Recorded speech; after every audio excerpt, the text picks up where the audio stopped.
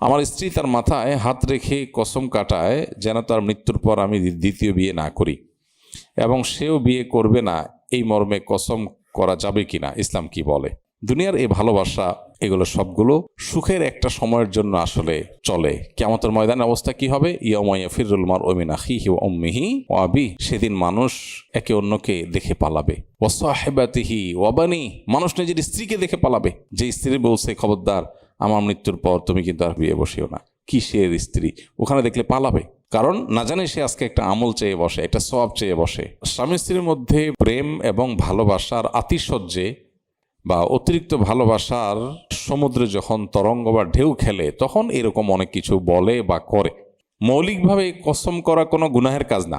কোনো পুরুষ যদি বলে আমি তোমার মৃত্যু হলে, তার স্ত্রীকে যদি বলে তোমার মৃত্যু হলে আমি আর জীবনে কোনো নারীকে বিয়ে করব না, এটা যদি কসম করে কোনো পুরুষ বলে তো বলতে পারে, এটা কোনো গুনাহের কথা না, এই কসম করাটা কোনো গুনাহের বিষয় না। কিন্তু কসম করলে হয় তাকে কসম রক্ষা করতে হবে, আর যদি কসম সে ভঙ্গ করে তাহলে কাফারা দিলেই হবে। এই মাসআলা যদি জানতো তাহলে মহিলা কষ্ট করে কসম করাইতো না, কারণ এটা 10 জন মিসকিনকে খাওয়ানোর কাজ। সর্বোচ্চ 1000 টাকার মামলা, 10 জন মিসকিনকে খাওয়াই দিলেই কসম ভঙ্গের কাফারা আদায় হয়ে যাবে। তাহলে এটার জন্য মাথা ধরানো, হাত ধরানো, পাও ধরানো, মাথা শুয়ে কসম, যদিও কসম মাথা শুয়ে হয় না, হাত রেখে মাথায় হাত লাগে না, কসম হয় কার নামে? আল্লাহর নামে। আল্লাহর শপথ করছি। কেউ যদি আল্লাহর শপথ না করে কারোর মাথা শুয়ে বলে আমি আর বিয়ে করব না, তাহলে 1000-এর মামলা ওনাটা 0। এমনি মাথা শুয়ে বলল ভাই আমি কথা দিচ্ছি, তাহলে কথা দিলে সেটা ওয়াদা হয়, সেটা ভিন্ন বিষয়, কিন্তু কসম হয় না। কসম হবে তখনই যখন আল্লাহর নামে শপথ হবে। এখন কেউ শুয়ে বলল যে তোমার শুয়ে বললাম আমি আর বিয়ে করব না, কেউ তার বউরে শুয়ে বলল, অথবা বউ জামাইরে, মহিলা স্বামীকে ছুঁয়ে বলল যে তোমার মাথা ছুঁয়ে বললাম, হাত ছুঁয়ে বললাম, পাও ছুঁয়ে বললাম, পিঠ ছুঁয়ে বললাম, কি লাভ? এই ছোঁয়াছুঁইতে কিছু হয় না, বরং ছোঁয়া টোয়া বাদে যদি মুখ দিয়ে বলে আল্লাহর কসম এটা করব বা আল্লাহর কসম এটা করব না, তাহলে এটা কসম হয়ে যায়। আর কসম হইলেও এটা 1000 টাকার সর্বোচ্চ মামলা। 10 জন মিসকিন খাওয়াই দিলেই কসমের কাফারা আদায় হয়ে যাবে। আমি ফাঁক বলে দিচ্ছি না, আমি বলতেছি আর কি যে এখানে যে খুব মানসিক খুব সুখ অনুভব করছেন, যাক কসম করে দিছি বেটারে আর পারবে না, বিষয়টা সেরকম না। আসলে বুঝে আসছে কথা? বরং কেউ যদি কোনো বিষয়ে শপথ করে, শপথ করার পর যদি দেখে যে এই শপথ বরং ভঙ্গ করা ভালো, তাহলে তার জন্য শপথ ভঙ্গ করে কাফারা দিয়ে দেওয়া উচিত। অর্থাৎ ধরা যাক কেউ শপথ করেছে যে স্ত্রীর মৃত্যুর পর সে আর বিয়ে করবে না, স্ত্রীর মৃত্যুর পর তার যদি বিয়ের দরকার হয়, বিয়ে না করলে সে গুনাহে লিপ্ত হয়ে যাবে, এরকম আশঙ্কা তৈরি হয়, ভয়ঙ্কর ফিতনার মধ্যে পড়ে, তখন তার জন্য ওই শপথ ভঙ্গ করে বিয়ে করাটাই হলো কর্তব্য, সেটাই তার উচিত। আমরা আখেরাতটাকে দুনিয়ার মতো মনে করি। আমরা মৃত্যুবরণ করতে যাচ্ছি এটাকে মনে করি শ্বশুরবাড়িতে যাওয়ার মতো বিষয়, যে আমি মরতে যাচ্ছি তুমি এ ফাঁকে কিছু করিও না। আরে আমি মরে শুটকি হয়ে যাব, আমার কি জান্নাত হবে না জাহান্নাম হবে আমি জানি না, আমি নিজের চরকায় তেল দিতে দিতে জান যাবে, কিয়ামতে একজন আরেকজনকে পরিচয় দিব না, সেখানে আবার আগে থেকে বলতেছি না খবরদার তুমি কিন্তু বিয়ে করবে না। আজাইরা কথা না থাকলে যা হয় আর কি। আজাইরা কথা আর কারে বলে? এর চেয়ে আজাইরা কোনো কথা আছে? আরে ভাই আমি দুনিয়া থেকে চলে গেলে মান মাতা ফাকাত কামাত কিয়ামাতুহু, যে মরে যায় তার কিয়ামত শুরু হয়ে যায়। আমি আমাকে নিয়ে ব্যস্ত থাকবো, তুমি কি বিয়ে করলা না করলা, মরলা বাঁচলা, খাইলা না খাইলা, এগুলো কোনো বিষয়? দেখো আমি মরলেও তুমি নিজের দিকে খেয়াল রাখিও, খাওয়া দাওয়া ঠিক মতো করিও। এগুলো আজাইরা পেশাল। সুখের সময় বহুত বিমরতি ধরে মানুষের। মানুষ যখন দিন ভালো যায় তখন মনের মধ্যে বহুত ভাব আসে, কিন্তু হাকিকত হলো মৃত্যুর বাস্তবতা, মৃত্যু পরবর্তী জীবনের বাস্তবতা যদি কেউ উপলব্ধি করতে পারে তাহলে তার এই সমস্ত সুখের আলাপ আসার কথা না। এগুলো ইমানের দুর্বলতার কারণে হয়। আর দুনিয়াতে কাউকে এত ভালোবাসতে হবে কেন? যাকে ছাড়া আমার কষ্ট পেতে হবে? ভালোবাসার একমাত্র পাত্র আল্লাহ সুবহানাহু ওয়া তাআলা। আর বাকি সবার সাথে ভালোবাসাটা হলো খুবই সাময়িক। ডক্টর খন্দকার আব্দুল্লাহ জাহাঙ্গীর রাহিমাহুল্লাহ বলতেন বিভিন্ন সময়, এই পৃথিবীতে কেউই কোনোদিন 16 আনা আপন হয় না, কেউই না, মা বাবাও না। স্যার বলতেন যে ছোটবেলায় কোনো একটা ভুল করি নাই, কিন্তু মা বাবা মনে করে করছি, এত বোঝানোর চেষ্টা করছি না আমি করি নাই, কে শুনে কার কথা দিছে মায়ের, তাহলে ভালোবেসে কাজ হয়েছে? স্বামী স্ত্রীকে পরস্পরকে ভালোবাসে, কি জীবন দিয়ে ভালোবাসে, কিন্তু দেখা গেল যে পান থেকে চুন খসছে, মেজাজ গরম হয়ে গেছে, কোথায় গেছে ভালোবাসা, চেহারায় পাল্টে গেছে। ভাই বোনকে একে অন্যকে অনেক ভালোবাসে, বিয়ে করছে, বউ ফুসলাইছে ফাসলাইছে, সব শেষ, হয় না? এই জন্য আব্দুল্লাহ জাহাঙ্গীর রহমাল্লাহ বলতেন যে এই দুনিয়াতে কেউই 16 আনা আপন হয় না। এক সত্তা একজনই আছেন, যাকে যদি একবার খুশি করা যায় তিনি আর কখনো নাখোশ হন না। আর মানুষের কোনো ভরসা নাই, সে স্বামী হোক, সে স্ত্রী হোক, সে মা হোক, সে বাবা হোক, সে সন্তান হোক, সে ভাই বোন হোক, ভরসা একমাত্র একজনের প্রতি রাখা যায়, তিনি হলেন আল্লাহ সুবহানাহু ওয়া তাআলা। এই জন্য মানুষকে খুশি করার চেষ্টা করা ব্যর্থ চেষ্টা। কেউ কাউকে 16 আনা খুশি করতে পারে না, পারবে না। এই জন্য মানুষকে খুশি করার চেষ্টা থাকতেই পারে, সেটাও আল্লাহর খুশির স্বার্থে। যে মানুষকে খুশি করার চেষ্টাটা করব কেন? আমি আমার স্ত্রীকে খুশি করার চেষ্টা করব কেন? কারণ তাতে আল্লাহ খুশি হবেন। একজন স্ত্রী তার স্বামীকে সন্তুষ্ট রাখার চেষ্টা করবেন কেন? কারণ আল্লাহ সন্তুষ্ট হবেন। ভাই বোনকে খুশি রাখার চেষ্টা করবেন কেন? আল্লাহ সন্তুষ্ট হবেন। সন্তান বাবা মাকে খুশি করার চেষ্টা করবেন কেন? আল্লাহ খুশি হবেন। অতএব সকল কাজের কেন্দ্র হবে আল্লাহ সুবহানাহু ওয়া তাআলা।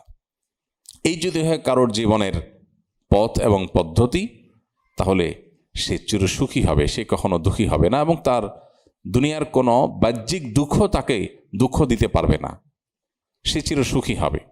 আল্লাহ তাআলা আমাদের সবাইকে আল্লাহর প্রতি সেভাবেই মানানোর তৌফিক দান করুন। স্বামী স্ত্রী পরস্পরকে ভালোবেসে অনেক কথা বলা যায়, এমনকি ভালোবেসে 2-4টা মিথ্যা কথাও বলা যায়। মিথ্যা কথা মানে কি? ভালোবাসার সুলভ মিথ্যা কথা, স্বামী স্ত্রী সুলভ যে মিথ্যা কথা। এর আগে বলছিলাম না একদিন যে স্বামী স্ত্রীকে পাম্পট্টিমূলক যেসব মিথ্যা কথা বলে, এগুলো জায়েজ, এগুলো জায়েজ। এই যে তুমি ডাল রান্না করছো, এরকম ডাল তো আমার বাপের জন্মে খাই নাই কোনোদিন, খাবার আবার এত টেস্ট হয়, সুবহানাল্লাহ, জান্নাতি খাবার এরকমই হবে কিনা, একটু বাড়ায় বললেন খুশি করার জন্য। বুঝে আসছে কথা? এভাবে স্ত্রী স্বামীকে পরস্পরকে পাম্পট্টিমূলক যে আপনার বাড়ায় বলা, যেটাকে অসত্য বলা যায়, সেটা জায়েজ আছে, এতটুকু জায়েজ আছে। কিন্তু অহেতুক আপনি কসম করালেন, আমার মৃত্যুর পর তুমি কসম করো, আল্লাহর কসম করো, আচ্ছা মাথা ছোঁয়াছই নাই, একদম সহি পদ্ধতিতে কসম করো, আল্লাহর কসম করো যে তুমি বিয়ে করবে না, করলো তো তাতে কি হলো? এরপরে সে দরকার হলে কসম ভেঙে 10 জন মিসকিন খাওয়াই দিবে, শেষ মাসালা কথা। তাহলে এইসব পেরেশানি না করে, বরং আমি যদি মনে হয় যে না ঠিক আছে তাকে ছাড়া আমার চলবে না, আমার মৃত্যুর পর আমি চাই সে অন্য কারোর সাথে না যায়, তো আল্লাহর কাছে বলি বড় জোর। আমাদের কাছে একবার লাইভে এক মহিলা প্রশ্ন লিখেছেন যে হুজুর এমন কোনো দোয়া আছে কিনা যেটা পড়লে মরার পরে স্বামী আর বিয়ে করতে পারবে না, মানে বিয়ে আটকাই দেওয়া যাবে। মানে আমাদের এই অঞ্চলে মেয়েরা স্বামীদেরকে আসলে এত ভালোবাসে যে মৃত্যুর পরও সে কল্পনা করার জন্য কোনো মহিলাকে এই লোকটা বিয়ে করুক। কিন্তু এটা আসলে ইমানের দুর্বলতার কারণে হয়, পুরুষদের বেলাও একই জিনিস হয়, ইমানের দুর্বলতার কারণে।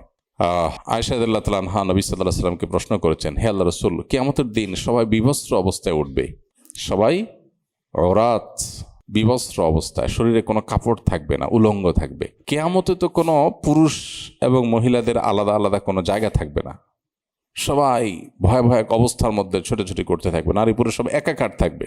তো পুরুষদের যাই হোক, হায়া লজ্জা তো পুরুষদের একটু কম থাকে, মহিলারা কি করবে বিবস্ত্র হলে? তো নবী করিম সাল্লাল্লাহু আলাইহি ওয়াসাল্লাম বলেছেন, আয়েশা তুমি যে কিয়ামত প্রসঙ্গে জানতে চাইছো, সেখানকার ভয়াবহতা এত বেশি থাকবে যে পাশের লোকের পরনে কি আছে না আছে সেটা তো দূরের কথা, নিজের পরনে কিছু আছে কিনা এটা ভাববার সময় মানুষের থাকবে না। ভয়াবহতা এরকম চরম আকার ধারণ করবে যখন বড় কোনো দুর্ঘটনা ঘটে, ভূমিকম্প হয়, আরও এর চাইতে বড় কোনো আপনার দুর্ঘটনা ঘটে, ধরেন কোনো একটা জায়গায় পানি পথে কোনো দুর্ঘটনা, পানির নিচে ডুবে যাচ্ছে, তখন কার গায়ে কি আছে, কে কি পরে আছে, এসব দেখার কারোর টাইম আছে? ওই মানসিকতাই থাকে না, ভুলে যায় মানুষ। এটা হলো দুনিয়ার একটা সামান্য সমস্যা। আর কেয়ামত, কেয়ামত যেটার জন্য সৃষ্টি জগৎ হাজার হাজার বছর ধরে অপেক্ষা করছে, যে বাস্তবতার মুখোমুখি হবে, সেজন্য সতর্ক করা হয়েছে বারবার নবী রাসূলদের মাধ্যমে। সেই ভয়াবহতা কি থাকবে? মাথার খুব কাছাকাছি সূর্য অবস্থান করবে, কয়লা হয়ে যাওয়ার কথা, কিন্তু হবে না, আল্লাহ তাআলা হতে দিবেন না, শুধু কষ্টটা দিবেন, মরতে দিবেন না, শেষ হতে দিবেন না। সেই পরিস্থিতিতে কে কারণে পড়ে থাকবে? অতএব আমি মরার পর আমার অবস্থা কি হচ্ছে, আমি কোন পরিস্থিতির মুখোমুখি হচ্ছে, এটা হলো চিন্তার বিষয়। আমার স্বামীটা কি করলো না করলো। অনেকে আছে ছেলে মেয়ে হয় না, মন খারাপ। আমি একজনকে পাইছি অনেক মন খারাপ, ছেলে মেয়ে হয় না। তাই বললাম যে এত মন খারাপ কেন? ছেলে মেয়ে হয় না, একটু কষ্ট আছে বুঝছি, কিন্তু এত পেরেশানির কারণ কি? মানে খুব বেশি পেরেশান মনে হচ্ছে আপনার, এত বেশি পেরেশান হওয়া কি উচিত? ইমানদারের টার্গেট তো হলো আমি জান্নাতে যেতে পারছি কি পারছি না, সেটা হলো মূল বিষয়। তো বলে না ভাই সবই ঠিক আছে, কিন্তু আমি মরে গেলে দুনিয়াতেই চলে গেলাম, আমার বংশে বাত্তি দিবে কে? বংশে বাত্তি দেওয়ারও তো একটা লোক লাগে। তাই আমি বলি যে আমি মরে কবরে যাব, ওখানে কি হবে না হবে আমার সাথে একমাত্র আল্লাহ জানে, হয় জান্নাতের নেয়ামত আর না জাহান্নামের শাস্তি। এদিকে দুনিয়াতে আমার বংশে কি বাত্তি জ্বললো, না হারিকেন জ্বললো, না হেজাক লাইট জ্বললো, না বিদ্যুতের লাইট জ্বললো, এটা কি দেখার কোনো বিষয় হলো?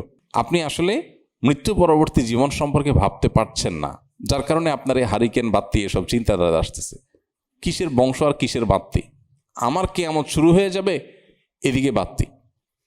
মানুষ খুব কঠিন পরিস্থিতি হলে দেখা যায় আপনজনকে ভুলে যায়। এই যে বড় ভূমিকম্প, একটু বড় আকারের ভূমিকম্প হলে আমাদের দেশে প্রায় সময় জামাই বউ ঝগড়াঝাটি শুরু হয়। কেন? কারণ দেখা গেল যে ভূমিকম্প একটু জোরে নাড়া দিছে, বউরে থুয়ে দিছে দৌড়। অর্ধেক পথ যাওয়ার পরে যখন বউ চিল্লায় উঠছে, তখন চিন্তা করছে হ্যাঁ সংসার তো বাঁচাইতে হবে, এবার যে হাত ধরতে গেছে। এবার ভূমিকম্প যখন শেষ হয়ে গেছে, এরপর আদালত বিচার বসে যে চান্দু তোমার সারাদিনের আই লাভ ইউর গোমর তো আজকে বুঝলাম, একটু ঝাঁকুনি দিছে, তুমি দিছো দৌড়, আমার খবর নাই। কত নম্বরের পাষণ্ড এবং স্বার্থপর তুমি। এবার মাপ চেয়ে হাইকোর্ট সুপ্রিম কোর্ট দেখে তারপরে কোনো রকম পার পেতে হয়। তো এই জন্য দুনিয়ার এই ভালোবাসা, এগুলো সবগুলো সুখের একটা সময়ের জন্য আসলে চলে। কিয়ামতের ময়দানের অবস্থা কি হবে? ইয়াউমা ইয়াফিরুল মারউ মিন আখিহি ওয়া উম্মিহি ওয়া আবিহি, সেদিন মানুষ একে অন্যকে দেখে পালাবে। ওয়া সাহিবাতিহি ওয়া বানি, মানুষ নিজের স্ত্রীকে দেখে পালাবে। যে স্ত্রী বলছে খবরদার আমার মৃত্যুর পর তুমি কিন্তু আর বিয়ে বসিও না, কিসের স্ত্রী? ওখানে দেখলে পালাবে। কারণ না জানে সে আজকে একটা আমল চেয়ে বসে, একটা সওয়াব চেয়ে বসে, আমার নিজের জান বাঁচাতে হবে, জাহান্নাম থেকে মুক্তি দরকার। আল্লাহ আমাদের হেফাজত থাকার তৌফিক দান করুন। স্বামী স্ত্রী যদি পরস্পর দিনদার হয়, আল্লাহ ভীরু হয়, সেটাই হলো বড় জিনিস, সেটাই আমাদের কাজে আসবে। আমার মৃত্যুর পর আমার জীবন সঙ্গী দোয়া করবে, আল্লাহর কাছে চোখের পানি ফেলবে, সাদাকা করবে, ইস্তেগফার করবে, এটাই আমার অ্যাসেট হবে, এটাই আমার সম্পদ হবে। বিয়ে করছে কি করে নাই সেটা বড় বিষয় না। আস-সুন্নাহ ফাউন্ডেশন, উম্মার স্বার্থে সুন্নাহর সাথে।